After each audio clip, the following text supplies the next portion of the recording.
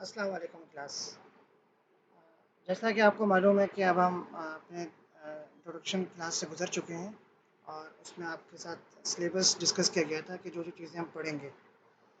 تو moving forward آج ہم اپنے پہلے ٹاپک کو شروع کریں گے. اور پہلے ٹاپک کو شروع کرنے سے پہلے ہم ایک بار پھر سلیبس پہ نظر دوڑاتے ہیں. سلیبس میں ہمارے پاس جو پہلا چیپٹر ہے وہ پاکستانی سماج کا ہے. اچھا، اس میں کل 3 ٹاپکس ہیں جن میں پہلا ہے قیام پاکستان کے سماجی، معاشی اور سیاسی عوامل. دوسرا ہے پاکستان کی سیاسی اور انتظامی تقسیم. تھرڈ ون ہے پاکستان کے لوگوں کا علاقائی، قومی اور مذہبی تشخص اور رویہ. تو آج کے لیکچر میں ہم پہلا ٹاپک کور کریں گے جو ہے قیام پاکستان کے سماجی، معاشی اور سیاسی عوامل. تو جو لوگ انگلش میں کر رہے ہیں ان کے لیے ساتھ میں ٹرانسلیشن بھی ہوتی جائے گی، اور سلائڈ چونکہ انگلش میں ہے تو اس میں وہ اس کو ریلیٹ بھی کر سکیں گے. تو یہ میں نے اسی سلیبس کو انگلش میں بھی لکھ دیا ہے. انگلش والے جتنے بھی اسٹوڈنٹس ہیں وہ اس کو نوٹ ڈاؤن کر سکتے ہیں. چیپٹر 1 ہے اور یہ اس کے ٹاپکس ہیں. Topic number 1 is social, economical and political factors involved in making of Pakistan. اسی طرح نمبر 2 ہے political and administrative distribution of Pakistan. اور تھرڈ ون ہے regional, national and religious identity and behaviour of people of Pakistan. تو آج ہمارا topic جو ہے وہ ہے social, economical and political factor والا. جیسا کہ آپ لوگوں نے پاکستان اسٹڈی میں پڑھا ہے کہ قیام پاکستان بننے کی کئی وجوہات تھی، جن میں جو مین وجوہات تھی وہ سوشل، اکنامیکل اور پولیٹیکل فیکٹرز تھے. اب ہم ان کو ایک ایک کر کے ڈسکس کریں گے کہ وہ کیا فیکٹرز تھے جس کی وجہ سے یہ ناگزیر ہو گیا تھا کہ اس وقت کے لوگوں نے سوچا کہ پاکستان کا بننا ضروری ہے. حالانکہ اس وقت انگریزوں کے ہوتے ہوئے مسلم اور ہندو 2 بڑی کمیونٹیز تھی جو کروڑوں کی تعداد میں تھی. اور مذاہب کے لوگ بھی تھے لیکن جو بڑی کمیونٹی تھی وہ ہندو اور مسلمس تھی. مگر ایسا کیا تھا کہ انہوں نے کہا کہ ہمیں ایک الگ لینڈ دے دی جائے کہ ہم ان کے ساتھ رہنا نہیں ہے. اور تاریخ یہ بتاتی ہے کہ وہ 800 سال تک ساتھ رہتے رہے. تو کچھ ان فیکٹرز کو ہم ڈسکس کرتے ہیں. تو سوشل فیکٹرز کے بارے میں ہم شروع کرنے سے پہلے اس کی جو بنیاد ہے وہ پاکستان کی آئیڈیالوجی میں ڈیفائن ہے. چونکہ پاکستان کی آئیڈیالوجی جو کہ اسلامی ہے اور اسلامی جمہوریہ پاکستان کہا جاتا ہے اس کو، تو اس بیس پہ انہوں نے کہا کہ چونکہ ہماری ایک آئیڈینٹی الگ ہے اور ہم مسلم جو ہے وہ ایک الگ کلچر کو بلانگ کرتے ہیں، ان کا رہن سہن الگ ہے، ان کے معاملات، رسومات جو کسی قوم سے میل نہیں کھاتے، تو ان کو ایک الگ ملک چاہیے جہاں وہ اس کو پریکٹس کر سکیں آسانی. اور اس کی ضرورت اس لیے آئی کیونکہ 1857 کی جنگ آزادی کے بعد جب انگریز پوری طرح قابض ہو گئے تھے اور 1947 تک کل 90 سال تک اتنے سیاسی اور سماجی اتار چڑھاؤ آئے جس کی وجہ سے وقتاً فوقتاً یہ چیز واضح ہوتی گئی کہ ان مسلم اور ہندو ساتھ رہ نہیں سکتے. اچھا، اس کی سٹارٹ تو سر سید کے دور سے 2 نیشن تھیوری سے ہو گئی تھی، جب انہوں نے اپنے پمفلٹ میں بتا دیا تھا کہ مسلمز اور ہندو جو ہیں وہ ٹوٹل الگ قوم ہے اور ان کا ساتھ رہنا ہمیشہ ان کے لیے ٹکراؤ کا باعث بنے گا. اور آج بھی ہم دیکھ رہے ہیں کہ انڈیا میں مسلمز اور ہندو فسادات ہو رہے ہیں، اور کہیں نہ کہیں جہاں یہ تھوڑی بھی تعداد میں ہوتے ہیں وہاں پہ کسی نہ کسی پوائنٹ پہ الجھ پڑتے ہیں. تو ہم آئیڈیالوجی کو تھوڑا سمجھ لیتے ہیں. آئیڈیالوجی بیسیکلی نظریہ سے مراد ایسا ضابطہ یا پروگرام ہے جس کی بنیاد فلسفہ اور تفکر پر رکھی گئی ہو، اور یہ انسان کی زندگی کے مختلف پہلوؤں مثلا سیاسی، معاشرتی اور تہذیبی مسائل کے حل کے لیے کوئی منصوبہ پیش کرتا ہے. اگر ہم نظریے کی اس تعریف کو پیش نظر رکھیں تو ہمیں نظریہ پاکستان سمجھنے میں بہت آسانی ہو جائے گی. کہ پاکستان ایک نظریاتی مملکت ہے جس کی بنیاد ایک فلسفہ، ایک پروگرام پر استوار کی گئی ہے. یہ فلسفہ یا پروگرام کیا تھا؟ میں نے آپ کو بتایا تھا کہ دین اسلام ہے. تو پاکستان کی تمام تر اساس دین اسلام ہے، اور یہی وہ لائے عمل اور جذبہ ہے جو پاکستان تحریک کا باعث بنا یا پاکستان بننے کا باعث بنا۔ نظریہ پاکستان کی اگر ہم تعریف کریں تو اس میں جو بنیادی باتیں ہیں وہ یہ ہیں کہ نظریہ پاکستان قرآن و سنت کے اصولوں پر مبنی معاشرہ ہے۔ تو ہماری کتاب ہی ایک الگ ہے۔ اسی طرح اگر ہندوؤں کی بات کریں تو ان کی ہے گیتا یا دوسری ان کی مذہبی مقدس کتابیں، تو اس کے کچھ اور اصول ہیں۔ اسی طرح نظریہ پاکستان میں چونکہ اسلام کو ایک عالمگیریت حاصل ہے، تو اس کے ایک اپنے اصول ہیں جو دین کے اصول ہیں جن کو بنیاد بنا کر فیصلے کیے جاتے ہیں، اور یہی بات ہمارے یہاں 1949 میں آبجیکٹو ریزولوشن کے اندر پیش کی گئی۔ اچھا، اس کے علاوہ سوشل فیکٹرز کے بارے میں اگر ہم بات کریں تو 1867 میں ہندو مسلم کنٹروورسی ہوئی تھی، اور اس میں یہ پہلی آپ کہہ سکتے ہیں کہ یہ پہلا ایونٹ تھا جس نے بتا دیا تھا کہ اب مسلمز اور ہندوؤں میں ایک لمبی جنگ چھڑ چکی ہے۔ وجہ اس کی یہ تھی کہ بولنے میں تو بہت سملر ہے ہندو اور ہندی اور اردو، مگر رسم الخط کے حوالے سے یہ تھا کہ وہ ٹوٹل ڈفرینٹ تھی۔ اردو چونکہ عربی کے قریب تھی تو مسلم چاہتے تھے کہ اس کو رائج کیا جائے، ہندو جہاں اکثریت میں تھے وہ چاہتے تھے کہ ہندی رائج کی جائے۔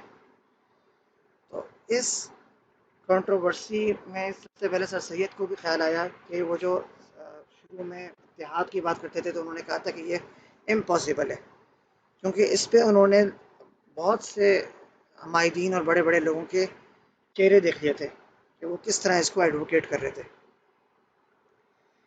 چوتھا پوائنٹ ہمارا ہے کسٹمری ریچولس۔ یہ عام رسم و رواج ہوتے ہیں جو شادی بیاہ ہو گیا، جس طرح عید میلاد النبی منا لی جاتی ہے ہمارے ہاں، یا رمضانوں کے روزے ہوتے ہیں، تراویح ہوتی ہیں، تو اس دوران بھی کئی موقعوں پر ہندو مسلم فساد دیکھنے میں آئے، جیسے کہ اپنے پڑھا ہوگا رامپور انسیڈنٹ تھا، کانپور کا واقعہ تھا۔ اسی طرح تراویح کے دوران ہندوؤں کی ایک بارات جا رہی تھی تو ان کو روکا گیا، اس پہ فساد ہو گیا تھا۔ تو یہ سوشل فیکٹرز تھے جو انوالو تھے پاکستان کے بننے میں۔ اچھا، یہ باتیں صرف اتنی نہیں ہیں، آپ لوگ اگر اپنی بک کھولیں یا انٹرنیٹ کو سرچ کریں اس میں، تو آپ کو اور بھی فیکٹرز ملیں گے، اور آپ اس کو برین اسٹارم کریں تو بہت ساری باتیں معلوم ہوں گی۔ یہاں پہ چند باتیں بتانے کا مقصد یہ تھا کہ یہ مین چیزیں، اور آپ اس کے حوالے سے بہت سی چیزیں اور بھی ڈھونڈ سکتے ہیں۔ نیکسٹ ہمارا ہے اکنامیکل فیکٹرز۔ معاشی نظام جو ہے وہ کسی بھی قوم کی ریڑھ کی ہڈی ایسے رکھتا ہے۔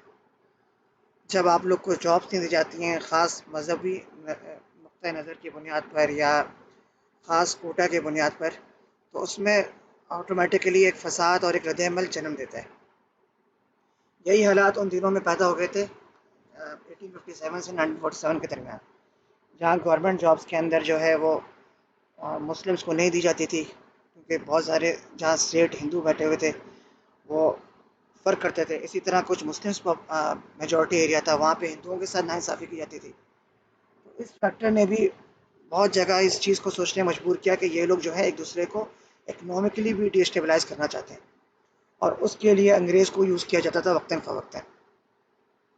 اسی طرح گورنمنٹ جاب میں بھرتیاں کے حوالے سے، چاہے وہ فوج میں بھرتیاں ہوں، برٹشرز کی بیوروکریسی ہو، یا جوڈیشری جو زمانے کی ایک بہت ٹاپ جاب کیٹیگری ہوا کرتی تھی، اس لیے آپ کو ہر بڑا لیڈر اس زمانے میں وکیل یا جج نظر آئے گا، تو ان سب جگہ پر یہاں پہ فسادات ہو رہے تھے۔ تیسرا ہے پولیٹیکل فیکٹر۔ یہ تو مین فیکٹر ہے، اس میں اگر آپ 1857 سے لے کے جتنے بڑے بڑے واقعات پڑھتے ہیں، جس میں پارٹیشن آف بنگال ہے، یا کرپس مشن ہے، کیبنٹ مشن ہے، لکھنؤ پیکٹ ہے، ایون قائد اعظم کے 14 نکات ہیں، لکھنؤ پیکٹ ہے، خلافت موومنٹ ہے، یہ سب پولیٹیکل فیکٹرز تھے جس میں ہمیں دو قوتیں ایک آمنے سامنے کھڑی نظر آتی ہیں، جس میں ایک کانگریس ہے اور ایک مسلم لیگ ہے۔ کانگریس چونکہ پہلے بن گئی تھی اور وہ 1885 میں ایک انگریز بیوروکریٹ نے بنائی تھی، تو شروع میں تو اس کا جو مقصد تھا وہ تھا کہ وہ تمام لوگوں کی ترجمان ہوگی، مگر وقت کے ساتھ ساتھ اس کا رجحان جو ہے وہ زیادہ تر کانگریس کا ہندوؤں کی طرف بڑھتا گیا. تو اس وقت ایک ضرورت پیش آئی اور مسلمانوں نے پھر سر آغا خان، نواب وقار الملک، نواب محسن الملک اور اسی طرح 5 کا وفد تھا جو لارڈ منٹو سے ملا، جس کو آپ کہتے ہیں شملہ ڈیپوٹیشن. ادھر ہی انہوں نے پھر اس کی بنیاد رکھی تھی اور اس کی ضرورت محسوس ہوئی تھی کہ ایک ایسی پارٹی ہونی چاہیے جو خالصتاً مسلمانوں کی ترجمان ہو. اور پھر اس نے 47 تک مسلمانوں کی کئی موقع پہ ترجمانی بھی کی. اس میں جب پارٹیشن آف بنگال کا واقعہ جب ہوا تھا تو اس میں چونکہ بنگال 2 حصوں میں تقسیم تھا، ایک ایسٹ بنگال تھا اور ایک ویسٹ بنگال. ایسٹ بنگال میں مسلم زیادہ تھے تو انگریزوں کے لیے ایڈمنسٹریٹولی اس کو چلانا بڑا آسان تھا. مگر اس دوران کانگریس کا رد عمل بڑا حیران کن ثابت ہوا اور انہوں نے اس کی بھرپور مخالفت کی. اور جیسا کہ آپ کو پتہ ہے کہ 1911 میں اس کو اینول بھی کر دیا گیا تھا، اس کے اینولمنٹ کا فیصلہ ہوا تھا، اس کو منسوخ کر دیا گیا تھا. تو اس دوران یہ بات تو واضح ہو گئی کہ کانگریس جو ہے وہ کسی بھی حال میں مسلمانوں کی خیر خواہ نہیں ہے، حالانکہ ان کا جو چارٹر تھا وہ سیکولرزم کے اوپر تھا اور وہ آخری وقت تک اسی پر قائم رہے. ایون ابھی بھی جو انڈیا میں کانگریس چل رہی ہے وہ اپنا کو سیکولر جماعت ہی کہتی ہے. کہنے کو تو انڈیا بھی اپنے آپ کو سیکولر کہتا ہے، لیکن وہاں پہ ایک ہندوازم کی ایک آپ کو جیسے پتہ ہے جس طرح کے واقعات ہو رہے ہیں نظر آتا ہے، ایک چھاپ نظر آتی ہے کہ یہ صرف کاغذ کی بنیاد پر ہے. تو اس کو ان 3 چیزوں کو آپ کے سے ڈسکس کرنے کا مقصد یہ ہے کہ یہ ٹاپک تو بالکل بیسکس ہیں، اس میں اتنا کچھ پڑھنے کو نہیں ہے. ٹھیک ہے، برین اسٹارمنگ کرنے کو بہت کچھ ہے، کیونکہ جب آپ سوشل ایشو کی بات کریں گے تو اس میں ان گنت ایشوز ہیں. اسی طرح اکنامیکل ایشوز کی بات کریں گے تو اس میں بہت سے ایشوز اور فیکٹرز ہیں. پولیٹیکل ایشوز کی بات کریں گے تو وہ تو سیریز آف ایونٹس ہیں. تو اس کے لیے آپ لوگ کو میں ریکمینڈ کروں گا، ایک ویب سائٹ ہے اسٹوری آف پاکستان، اس کو آپ لوگ ضرور وزٹ کریں. اس میں آپ لوگ کو پاکستان سے متعلق ہر چیز موجود ہے. بلکہ اس کو میں آپ لوگ کو کیونکہ ویڈیو کورس ہے تو آپ لوگ کو میں دکھا بھی دیتا ہوں. اسٹوری آف پاکستان جی.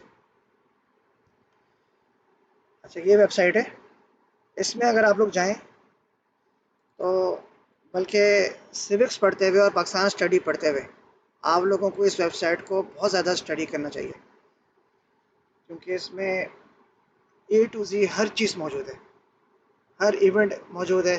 آپ صرف سرچ کریں یہاں پہ جو بار دیا ہوا ہے اوپر اور آپ کو اس سے متعلق چیزیں مل جائیں گی. پرسنالٹیز کا انہوں نے الگ ذکر کیا ہوا ہے، خاص طور پہ جو اسٹوڈنٹس جس طرح میں نے پوچھا تھا انٹروڈکٹری کلاس میں، وہ اسٹوڈنٹس نے کہا تھا ہم سی ایس ایس کرنا چاہتے ہیں، ان کے لیے بہت کچھ ہے اس میں سیکھنے کو. اور جو لوگ اینکر بننا چاہتے ہیں ان کو بھی کافی ریسورسفل ہونا پڑتا ہے، نالج چاہیے ہوتی ہے، ان کے لیے بہت سارے ایونٹس ہیں اس میں. اور یہی باتیں آپ لوگ اس کو یہی جو چیزیں میں نے ڈسکس کی ہیں وہ اس میں آپ کو کمپریہنسولی مل جائیں گی. جیسے ایونٹس میں ہم چلے جاتے ہیں تو یہ پری ہسٹرک سے 1206 تک کا کہ انہوں نے پتھر کے زمانے سے شروع کیا ہوا ہے، مہر گڑھ کی تہذیب سے، اور اسی طرح کرتے کرتے 1998 سے پریزنٹ. اور اگر ہم جو اپنے ٹاپک سے ریلیٹڈ بات کریں تو 1857 سے 1905، پھر 1905 سے 1940 اور پھر 1940 سے 1947، یہ 3 ٹائم پیریڈ ہیں جس میں ان تینوں فیکٹرز کو اسٹڈی کیا جا سکتا ہے. اگر ہم 1857 سے 1905 کا دیکھیں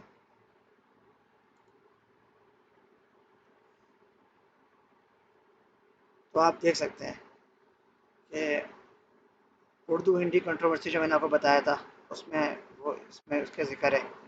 اس میں آپ بالکل ڈیٹیل پڑھ سکتے ہیں. علی گڑھ موومنٹ، اسی طرح مختلف ایکٹس. ٹھیک ہے، اس میں اگر ہم جائیں اردو ہندی کنٹروورسی تو اس کی ڈیٹیل بھی آپ لوگ کو معلوم ہو جائے گی.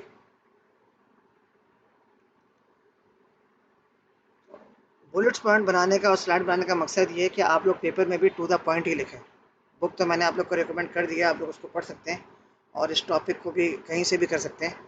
مگر میں آپ لوگ کو ریکمینڈ کروں گا بلکہ تلقین کروں گا کہ آپ لوگ ٹو دا پوائنٹ کریں، پتہ چلے کہ اسٹوڈنٹ کو پتہ ہے، بس سمجھ آ گیا، کوئی لمبا چوڑا لکھنے کی ضرورت نہیں ہے پیپر میں بھی نا۔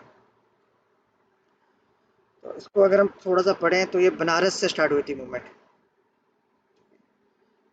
اور 1857 جنگ آزادی کے ٹھیک 10 سال بعد کا یہ ایونٹ ہے۔ اور وہی بات جو میں نے آپ کو بتائی تھی کہ the Urdu Hindi controversy had a great effect on the life of Sir Syed Ahmed Khan. Before this event, he had been a great advocate of Hindu-Muslim unity and was the opinion that the two nations are like two eyes of the beautiful bright India. اور یہ غالباً آپ لوگوں نے تو اس کا نہیں دیا ہوگا، لیکن جنہوں نے ایم اے کیا انہوں نے لیکچرار کا ایگزام ہوا تھا پاکستان اسٹڈی کا، اس میں یہ سوال بھی آیا تھا کہ سر سید ہندو اور مسلم کو ایک دلہن کی دو آنکھیں کہا کرتے تھے، مگر یہ ان کا نظریہ اردو ہندی کنٹروورسی سے پہلے کا تھا، اور اس کے بعد انہوں نے کھل کر اس کی مخالفت کی تھی اور کہا تھا کہ دونوں الگ قومیں اور ان کا ساتھ رہنا محال ہے۔ اچھا، اسی طرح اگر ہم دوسرے ایونٹس پہ آئیں، یہ ہو گیا تھا 1905 سے 1940 تک۔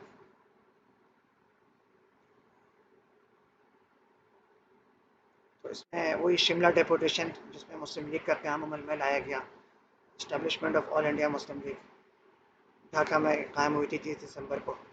یہ بیسیکلی جنرل نالج کے کوشچنس ہیں، اس کا آپ کے سیوکس سے کوئی اتنا ریلیٹڈ نہیں ہے، جس کو ایڈیشنل شوق ہو پڑھنے کا، نالج کا پاکستان افیئرز میں یا ہسٹری میں، بلکہ میڈیا کے اسٹوڈنٹس ہیں تو اس میں انٹرسٹ تو لینا چاہیے، اور یہ نالج ہمیشہ فائدہ ہی دیتا ہے۔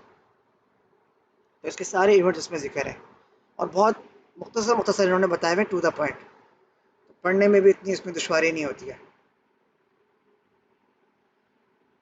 یہ کانپور ماسک کا انسیڈنٹ تھا جس میں مسلمس پر اٹیک کر دیا گیا تھا، یہ بھی ایک ایونٹ تھا جس کے ذریعے، جس کو آپ کہہ سکتے ہیں کہ ہندو مسلم فسادات کا ایک ایونٹ تھا، جس نے واضح کر دیا تھا کہ اس میں یہ لوگ ساتھ نہیں رہ سکتے، جب ایک اٹیک کر دیا گیا تھا مسجد کے اوپر۔